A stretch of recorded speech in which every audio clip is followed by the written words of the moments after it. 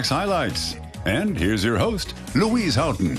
A warm welcome to our highlight show today. We've lots to get through, so let's start by taking a glimpse of what's coming up. What a blast! Michael Dama photographs buildings as they're blown to dust. What a meal! The festival Copenhagen Cooking celebrates Scandinavian cuisine. And what an athlete! Extreme swimmer Kirsten Seidel takes on Lake Constance. But first, we head to Northern England and the birthplace of the legendary band you can see here behind me, the Beatles. The Fab Four shot to fame in the early 60s and they went on to become one of the most successful music acts in history. In celebration of their 50th anniversary, many of the world's tribute bands were in Liverpool this last week, performing at the International Beatles Festival. The British port city of Liverpool, home of the Mersey Beat and the Beatles. During the annual International Beatles Week, the sound of the band is everywhere. He's going to, isn't he a bit like you and me?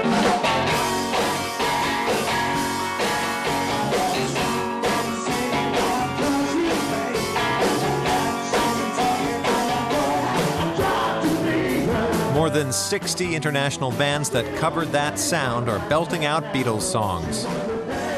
The diversity gives the festival its unique flavor. It's nice to see professional bands doing Beatle work from all the different foreign countries. I've seen so many new bands this year. Every year you discover new bands that are great. This year, the group Them Beatles is being feted as one of the most authentic Beatles clones. Founded in Glasgow in 2009, this is its first appearance in Liverpool. The group has 9 gigs lined up. Its members have all been Beatles fans since childhood.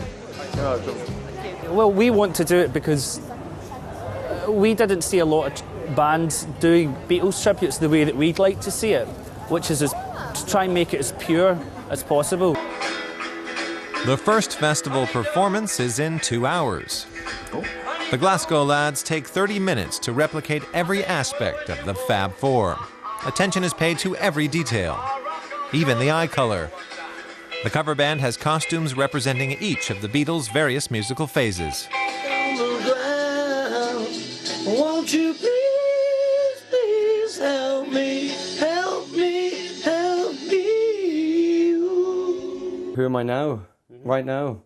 I'm halfway between, you've got to get the accent if you're in character, So if you're going to have the accent, then you are in character, That sort of thing.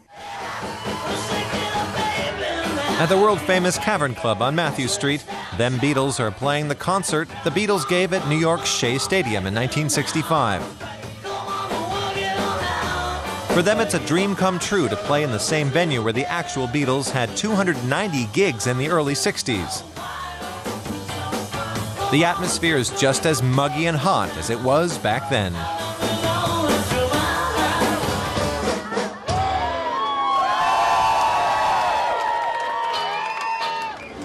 Roasted. Time to change clothes for the next concert with the later hits of the Beatles. The performers have to alter themselves accordingly. This is the culmination of a dream. This is 3 years' work to get here and to play in such iconic places as the Cavern and other places around Liverpool. It feels amazing. On the afternoon of the next day of the festival, fans head to Port Sunlight, 20 minutes by car from central Liverpool. 50 years ago, the Beatles appeared with their new drummer Ringo Starr in Hulme Hall. Them Beatles play songs from the era of Beatlemania, once again in appropriate attire. This love of detail is what makes the band so popular and what distinguishes them from other Beatles copycats.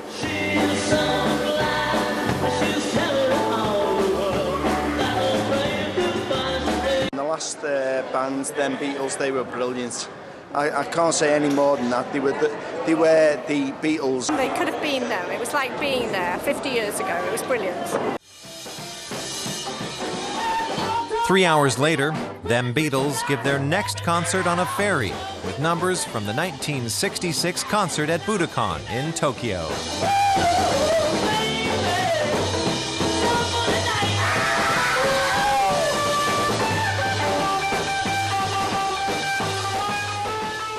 The Beatles music should never, ever be forgotten, and as long as there are people wanting to give a bit of a dance, and clap their hands, then we're there to play. That's what we want to do. And Them Beatles have already planned their next mission. In November, the four Scotsmen head off to tour New Zealand and Australia. Now, there are different ways to demolish a building, but the most spectacular is when explosives are carefully used. We followed a German photographer and filmmaker who specialises in images of controlled demolitions. Michael Dammer's work documents the final few moments of a building's history, and his pictures show the fascinating thrill of their collapse.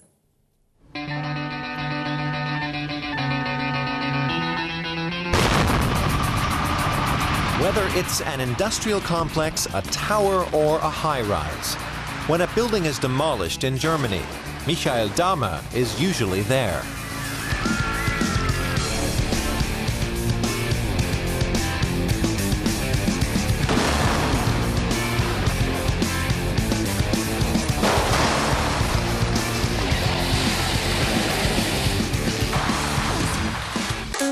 The 39-year-old amateur photographer and filmmaker lives in Rheinberg on the edge of the Ruhr Valley. That's also where he has his archive. He devotes all his free time to his unusual hobby and travels all over the country. I find demolition techniques fascinating because you can calculate them down to the last detail. A push of a button decides whether a building implodes or twists to one side. It's fascinating. It only happens once. It won't happen again. In the past 20 years, he's documented more than 150 demolitions with his camera.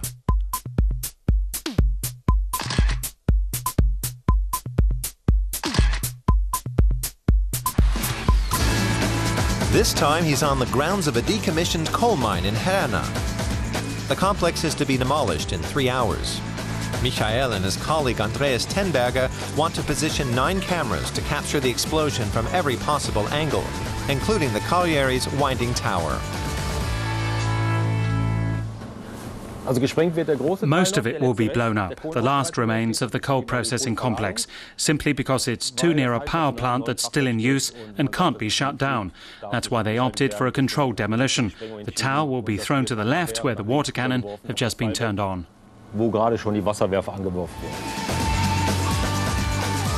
Michael knows the local demolition expert.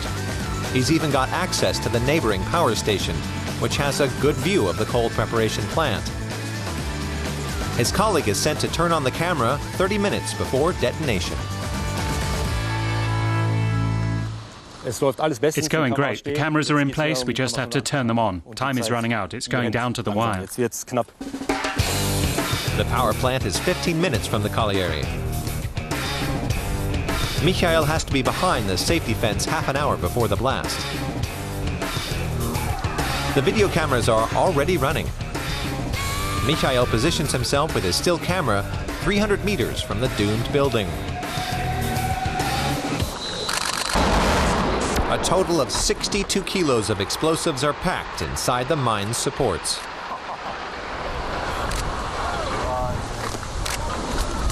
The view is very good, and the whole thing with the coloured big packs also worked out well. Now the fog has to clear up and you can see the results. It's fantastic.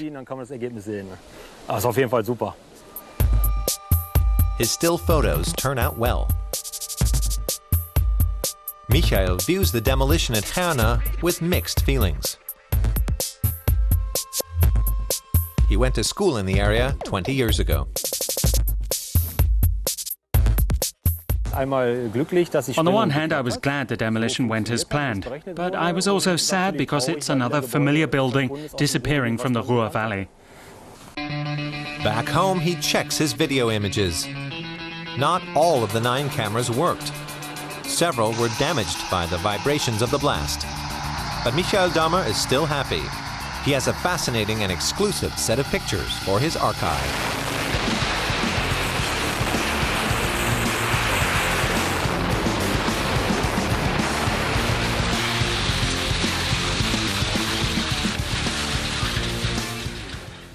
Now, if you've ever wanted to experience the variety of Scandinavian cuisine, then the annual Copenhagen Cooking Festival is definitely worth a visit. Several Michelin-starred restaurants have been participating in the last 10 days, including Noma, which was this year voted the world's best place to eat for the third time. Our reporter went along to a few of the 120 events to get a taste of the action, quite literally. Scandinavians have been celebrating their culinary heritage at the Copenhagen Cooking Festival for 8 years now.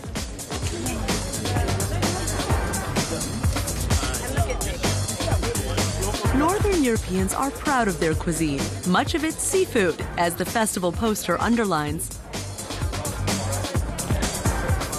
He's coming out of the ocean. It's all about local, produce, and it's all about what you can find in the waters around you. And also we like to celebrate the maritime theme at Copenhagen Cooking, because in Denmark we have a lot of oceans and we have a lot of fish, and we would like to encourage people to enjoy those. Copenhagen celebrates this culinary festival in all sorts of ways. The two-day Nordic Taste event is one of the most popular. 41 top chefs join other suppliers to present international and regional specialties and delicacies. For €20, visitors can taste dishes at 10 different stalls. I think it's fantastic because it's an opportunity to taste a lot of different food. Taste different regions, Sweden, Denmark, a lot of different restaurants are represented, and I think it's a good ambassador for Nordic food. I'm here trying all the food, and it's really exciting. We don't have many Nordic restaurants in the US, so. It's great. Yeah, it's really great. We enjoy it a lot. It's a fairy tale country. We love it.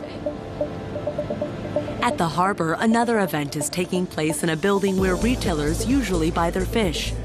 At Guerrilla Dining, the theme is Under the Sea. It's an interpretation, I would say. We did actually get some calls and emails of people saying, do we need to wear something different? Are we actually going underwater? How are you going to do this? And that's part of the excitement, the anticipation. And it's not to say that this is less than being underwater, but it's, again, an interpretation of the theme. Participants aren't told where they'll be dining until 24 hours beforehand. And none of them knows just what awaits them. Camilla Zeidler and Mette Dalgard, both cooks in a Michelin-starred Copenhagen restaurant, are preparing a 4-course meal. The Under the Sea theme often comes with an unexpected twist. Here we have the so-called fish sticks. It's kind of a brandat, mixed mashed potato with rosemary and a lot of garlic, just bashed up, mixed with a little bit of cream. And then we have some cod fillet we mixed in. We put it all under pressure, cut it when it's cold, and then fry it up. So it's kind of a delicious angle to a boring normal fish stick. Even the dessert strikes a maritime note, with seawater mixed into the mousse. None of the diners regret diving into the unknown. Particularly the beginning of the evening was a surprise to me. And the setting, being in this place where I don't normally get to come, is the biggest surprise of all. Obviously, the gastronomic experience is the core experience, but the context is really what creates the whole sort of the extra dimension to it, I guess. The delights of dining. Copenhagen Cooking celebrates Nordic cuisine for 10 delectable days. Well, I don't know about you, but I'm feeling quite hungry after watching that. Moving on, though, we travel to Dusseldorf to visit a German charity that uses art to help the homeless. It's estimated there are more than 500,000 people living on the streets in this country. The charity 50/50 runs an art gallery that raises money to put a roof over their heads. It does this by exhibiting and selling works donated by leading international artists. Gerhard Richter, Thomas Ruff and Jörg Immendorf. These works from some of Germany's most influential artists are on display for a good cause.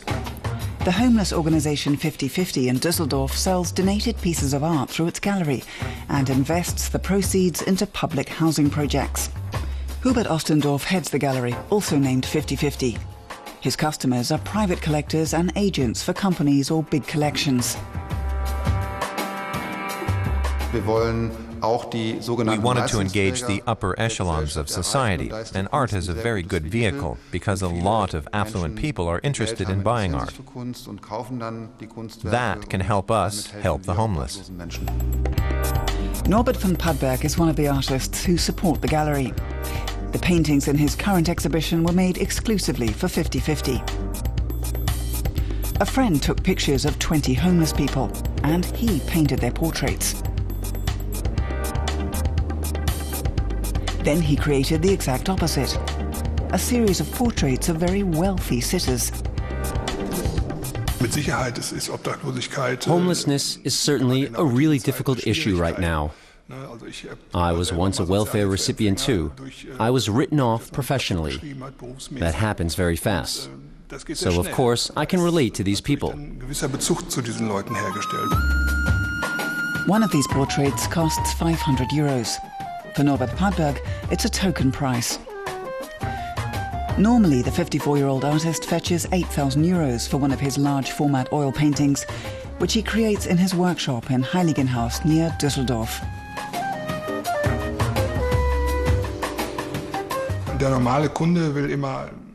The average customer wants to have lovely pictures in wonderful colors, with attractive people having all the fun in the world, and with no criticism whatsoever and nothing strange.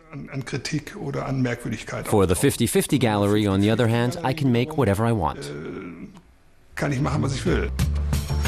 Norbert van Padberg is one of 70 artists who collaborate with the gallery. It also has close ties with the renowned Düsseldorf Academy of Art. Benefactors include artists Günther Uecke and Markus Lüpertz. It all began with a watch. In the 1990s, a manufacturer offered the gallery limited edition timepieces by A-list artist Jörg Immendorf. The watches sold for the equivalent of 65 euros a piece. Some artists approach us directly and offer their support. With others, we have to do very long and hard legwork. Getting Gerhard Richter on board took 10 years, but Jörg Immendorf came up to us himself for the last piece he did for us, the famous Oscar for the homeless. Besides Immendorf, who died in 2007, the gallery has also enjoyed the support of internationally acclaimed photographer Thomas Ruff. Every 2 years, he donates a photo series to the gallery. He's currently working with NASA satellite images.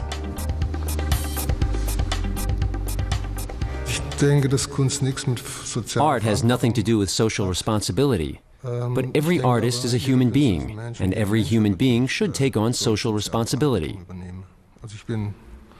I was raised a Catholic and was taught to love my neighbor and do good. So that's what I'm doing. Every Friday, Hubert Ostendorf puts new works up for auction online. That way, he can reach collectors worldwide. One of the highest prices was fetched by Banquet of Friends by photographer Katharina Meyer for 25,000 euros. Gerhard Richter's works are the most popular. His autographed edition of 10 offset prints of a candle sold out in 7 minutes. Revenues range between 300,000 and 800,000 euros a year. The money has so far paid for construction of 7 apartment buildings for the homeless. 2 more are in the planning stage. The gallery's personnel and operating costs are covered by the magazine, likewise called 50/50, which is written and sold by homeless people. 50% of the cover price goes to the street vendor.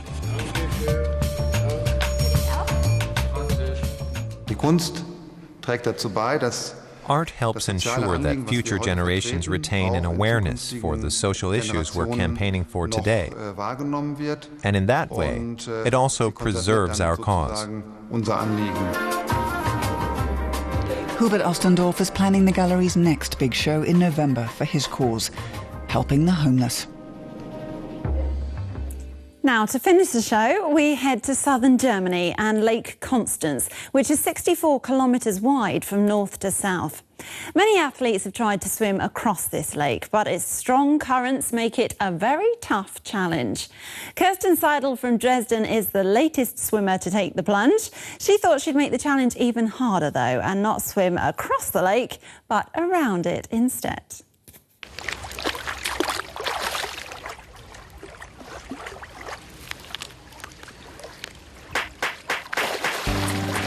47-year-old Kerstin Seidel from Dresden is one of Germany's best-known extreme swimmers.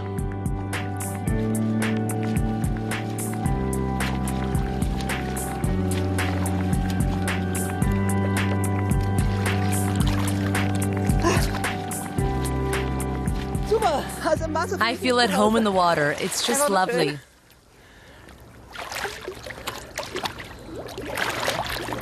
I have a sort of credo. If it's been done once, anyone can do it. And I act accordingly. A week ago, Kerstin set off from Ludwigshafen to swim around Lake Constance without a wetsuit.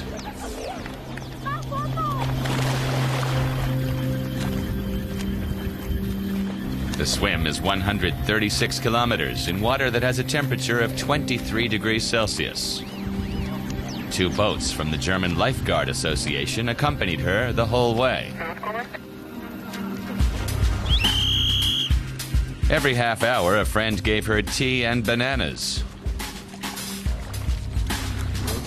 Her coach, Thomas Stocker, with whom she's been working for a year, was also on board.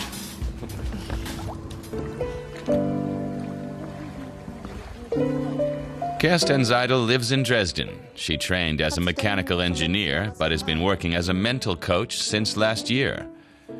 She advises clients on the telephone and gives seminars on the power of thought. On the wall hangs another motto: don't dream your life, live your dream. You always somehow need a vision behind your goals, and that's what I convey to people in my workshops. Live your vision.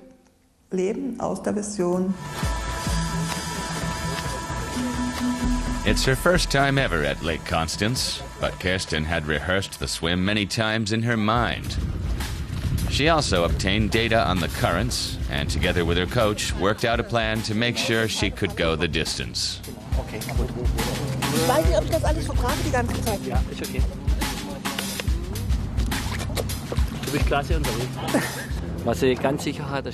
She's very strong-willed and is out to prove something. To prove something to herself and to others. That's why I'm sure she'll make it. Kerstin Seidel has swum since early childhood. Like her 2 older sisters, she was a member of an elite swim team in the former East Germany.